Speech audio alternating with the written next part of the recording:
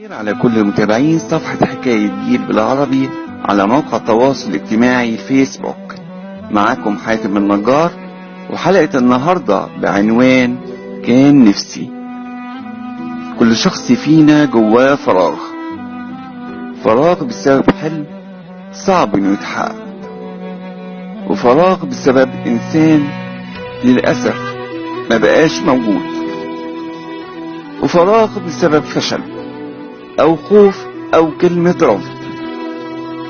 وللأسف بنملى الفراغ ده كله باننا ندخل في علاقات واحنا عارفين انها فاشلة، او بالفرجة على افلام نشوف فيها الحياة زي ما احنا نفسنا كنا نعيشها، او اننا نسمع اغاني بنتخيل ان كلماتها معمولة مخصوص علشاننا، او حتى نوافق نشتغل في حاجات احنا اصلا مش بنحبها.